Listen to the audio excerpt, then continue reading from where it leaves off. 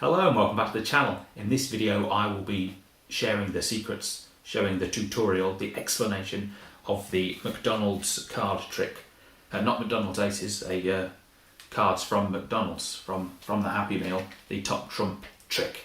So, without further ado, I will do some further ado. I'm going to do some further ado. So with further ado, I'm now starting to do tutorials, explanations, teaching of my tricks. So if I have an original effect, I am going to share it with you. Magicians only. If you're not a magician, please don't watch the tutorials. Don't spoil it for yourself. This is a magicians only zone. Yeah, okay, so with that said, I will be doing possibly one of three things. Either I will be sharing exactly how to do the effect that I've come up with. I'll be teaching you, I'll be showing you what to do, a tutorial. I will be, let's say if it's a trick that I'm not allowed to teach, it's someone else's trick that I've bought maybe, I will link you to it. I will either say who it's by, say what book I learnt it from, or say what video I learnt it from, what channel on YouTube perhaps, or I'll link you directly to it in the description, which is what I'm going to do with this one. So I have more to say, stick around, but if you just want to learn this trick, because it's a card trick, isn't it? It's not a specific top trumps trick. If you want to learn the card trick, I learnt it from Martin the Legend. So I will leave the description. No, I won't. I will leave the link in the description of him teaching this trick. So stick around now, not to see how to do the trick, but to see how I changed a card trick from a playing card trick into a top trumps trick, to see my thinking behind changing. So basically the first thing that came into my mind is I knew straight away that I wanted you to end up with a card and me to end up with a card, so that we could play top trumps. And obviously I wanted to win, which handily there were two cards in this pack where the Hornets beat the Ladybird every single time. So I knew from the get-go I wanted to force two cards. And I just happened to remember Martin the Legend's video from a few weeks ago, and I watched that. I thought, that'll do, I'll just do that trick, which I have done. So the ins and outs of making it top trumpy, essentially that whole trick was just a way for you to end up with that card and for me to end up with my card. So just a few very subtle nothingness things. It's just talking about the cards. By talking about these top trump cards, you're not thinking this is a playing card trick. You're focused more, it's almost a misdirection for a magician. We're talking about top trumps now, even though they are cards. Yeah. So one of the great things as well, if you do know top trumps, which improves this from just being a card trick, you know that there is only one of every card. We know as magicians that you can have many decks of the same deck of cards and just add in a duplicate.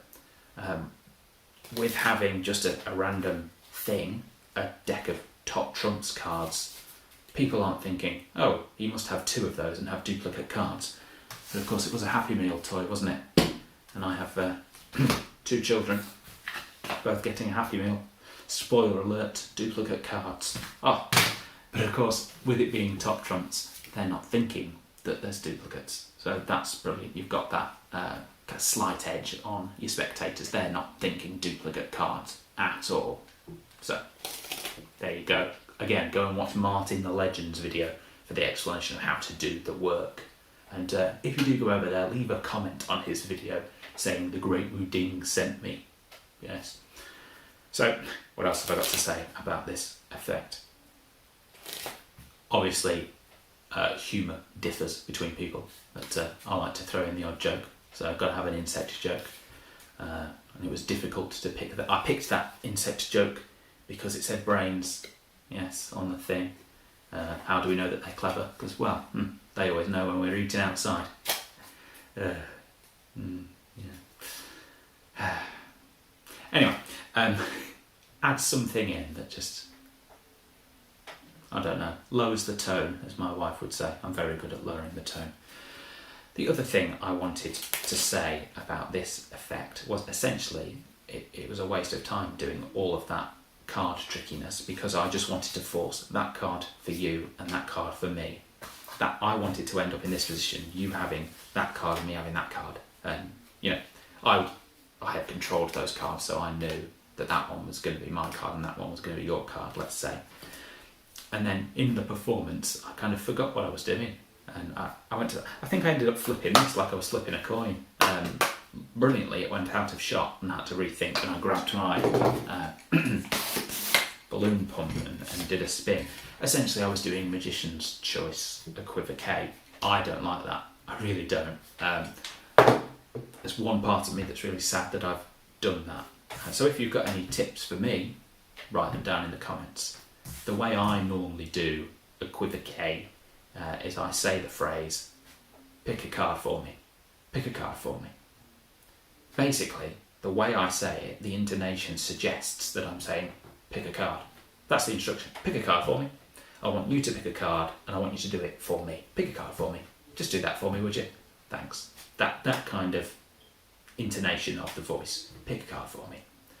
So if they pick it, if they pick the card that I want them to have, I've said, pick a card for me. They pick this one. I say, great, here's the card you picked. If they pick the card that I want, pick a card for me. Oh, great, you picked that one for me. Pick a card for you. Obviously they're left with one. If there was a choice from more than one, pick a card for you. And that's the way I normally do Equivoque. I don't like it, but that's just the way I do it. I've not looked up a better way because I'm lazy.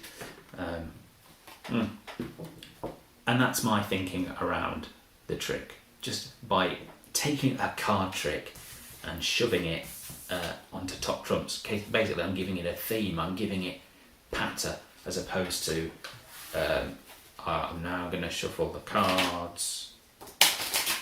And now we're going to find a selection.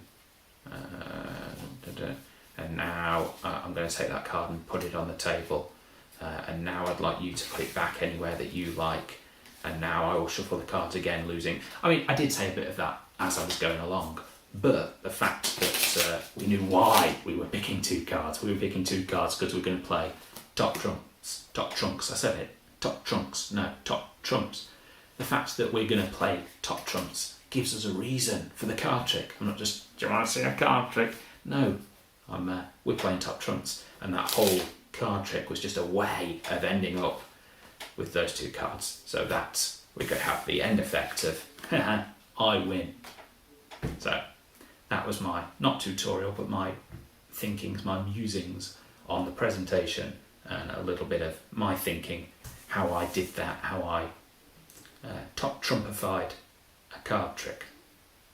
So in the future I will be posting now tutorials. They may be like this, or they may be full-fledged. Here's how you do it. You need a break there, and you need to do an endlessly count there, and giving you the proper instructions.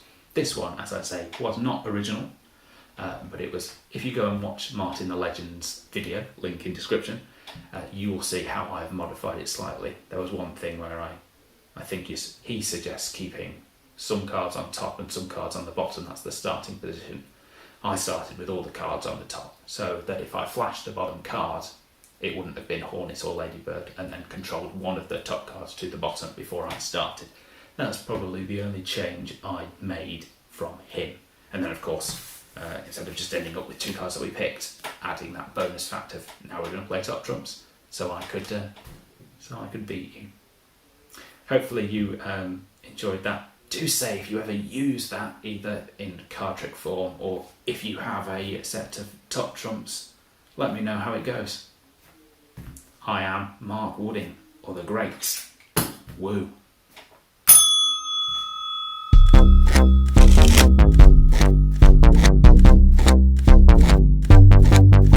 The Great Woo, the Great Woo Ding, the Great Woo Ding just did a thing.